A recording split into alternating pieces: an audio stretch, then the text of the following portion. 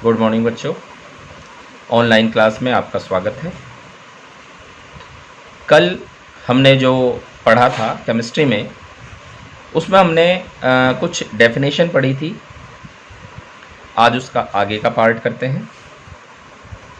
I hope आपने उसे note भी कर लिया होगा और अच्छी तरह समझ भी लिया होगा। अगला हमारे पास टॉपिक आता है द्रव्य की भौतिक अवस्थाएं। हमने जो इससे पहले पढ़ा था ना द्रव्य, तो अब उसकी भौतिक अवस्थाएं पढ़ते हैं। और ये भौतिक अवस्थाएं हमने छोटी क्लास में ही पढ़ रखी है। द्रव्य की 3 भौतिक अवस्थाएं होती हैं, ठोस, द्रव और गैस। अब इनके बारे में पढ़ते हैं। सबसे पहले आता है हमारे पास ठोस अवस्था। ठोस अवस्था यानी कि सॉलिड स्टेट। ठोस अवस्था क्या है? द्रव्य की वह अवस्था जिसमें उसका आकार तथा आयतन निश्चित होता है, ठोस अवस्था कहलाता है। ध्यान रखेंगे, द्रव्य की वह अवस्था जिसमें उसका आकार व आयतन दोनों ही निश्चित होते हैं, ठोस अवस्था कहलाती है। एग्जाम्पल के तौर पर जैसे कि लोहा, लकड़ी, पत्थर आदि। इनका आकार भी निश्चित है, आयतन भी निश्चित है। जैसे ये पेन है, अब ये पेन क्या कहलाएगा? ये ठोस कहलाएगा, क्योंकि इस देखो इसका आकार भी ये निश्चित है और इसका आयतन, जो भी इसका आयतन है, जितना भी इसने स्थान घेरा है, तो या इसका भार कह लो, ये भी निश्चित है। आप इसे दबाएंगे तो इसको ये अपना जो है आकार नहीं बदल पाएगा। नेक्स्ट आता है हमारे पास द्रव अवस्था, लिक्विड स्टेट। द्रव अवस्था क्या है? अब देखो ये है द्रव अवस्था। हम द्रव्य कह रहे थे, द्रव्य अलग चीज़ है, द्रव अलग है। अब इसमें क्या है? द्रव्य की वह अवस्था जिसमें उसका आयतन तो निश्चित होता है, आयतन तो फिक्स है, परंतु आकार निश्चित नहीं होता, द्रव अवस्था कहलाता है। जैसे जल, दूध, तेल, पारा आदि। अब बात को समझते हैं। आयतन निश्चित होता है, आकार निश्चित नहीं होता। मतलब आपने मान लो 1 लीटर दूध लिया है, उसे आपने एक बर्तन में डाल दिया, तो उसने आकार बर्तन का ले लिया। आपने एक लोटे में डाल दिया, उसने आकार लोटे का ले लिया। ठीक है, आपने जग में डाल दिया, आकार उसने जग का ले लिया, लेकिन रहेगा उतना ही, 1 लीटर ही रहेगा। तो इसलिए उसका आयतन तो निश्चित है, लेकिन उसका आकार निश्चित नहीं है। तो जितनी भी बहने वाली चीज़ हैं, जल, दूध, तेल, पारा, सब बहने वाली चीज़ें, तो ये द्रव अवस्था आती है। नेक्स्ट आता है हमारे पास गैस अवस्था। द्रव्य की वह अवस्था जिसमें उसका आकार व आयतन दोनों निश्चित नहीं होते हैं, गैस अवस्था कहलाती है। ध्यान रखेंगे, आकार और आयतन दोनों ही निश्चित नहीं होते, ये गैस अवस्था कहलाती है। जैसे वायु, ऑक्सीजन, नाइट्रोजन आदि। अब इसको समझ लेते हैं। आकार निश्चित नहीं होता मतलब एक गैस को आपने एक छोटे से, जैसे परफ्यूम की, तो जो डीओ की बोतल होती है, उसमें कितना सा डीओ होता है? बस जितनी बोतल का शेप होगा, बोतल की शेप अलग अलग तरह की होती है, तो डीओ उसमें भरा रहता है। जब आप उसे स्प्रे कर देते हो तो वो पूरे कमरे में फैल जाता है, यानी कि जितना स्पेस मिलेगा वो उतने स्पेस में फैल जाएगा। तो इसका क्या मतलब हुआ? इसका मतलब उसका आकार भी निश्चित नहीं है और आयतन भी निश्चित नहीं है।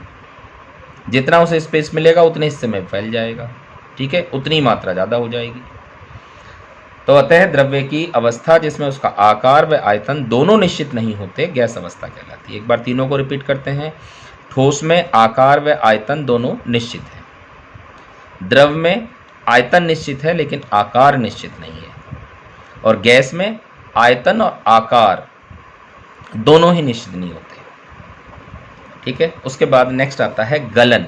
गलन यानी कि मेल्ट पता ही है आपको, पिघलना, मेल्टिंग। किसी ठोस को गर्म करने पर उसका ताप बढ़ने लगता है। जब हम किसी ठोस को गर्म करते हैं, उसका ताप, टेम्परेचर बढ़ता है और एक ऐसी स्थिति आती है जब वह द्रव में बदलने लगता है।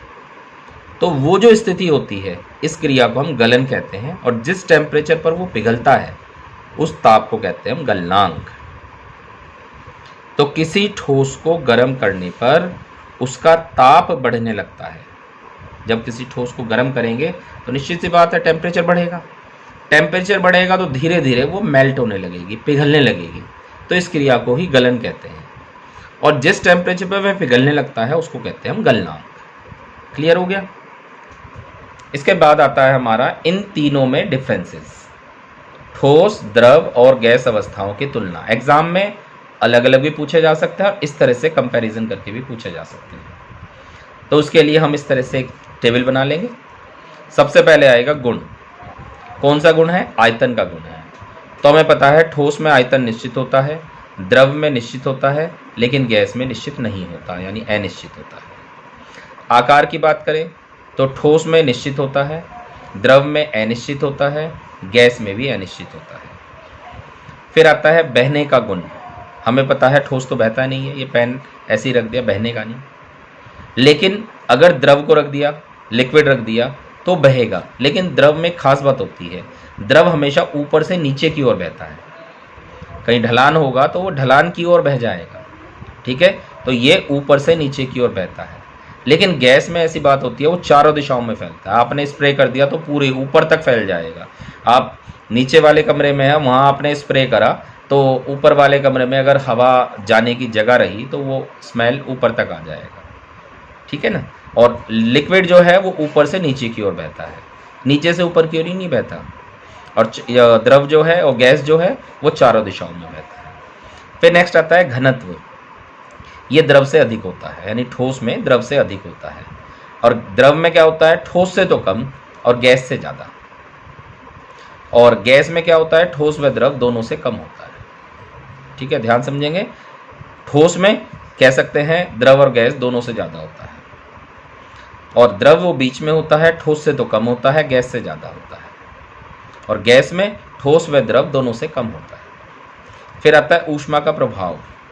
ऊष्मा के प्रभाव से बहुत कम फैलते हैं, ठोस की तुलना में अधिक तथा गैस की तुलना में कम फैलते हैं। यानी ऊष्मा मिलेगी तो ये बहुत कम फैलेगा।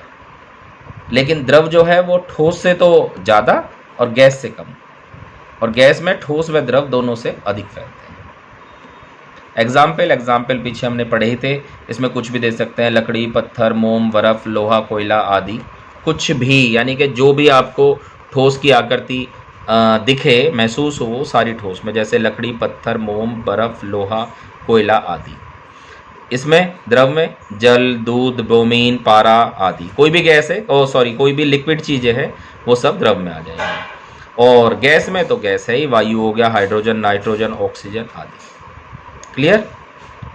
तो आई होप आपकी ये समझ में आ गया है। आप इसे अच्छी तरह से समझेंगे, वीडियो को एक एक स्टेप को अच्छी तरह से समझ के जो है लिखेंगे, और जब आप लिखेंगे उसे पढ़ेंगे भी तो उससे आपके ये याद भी हो जाएगा। और अगर आपकी कोई समस्या है, इसमें कोई बात आप समझ नहीं आ रहा है आपको, तो आप मेरे से पूछ सकते हैं। Thank you.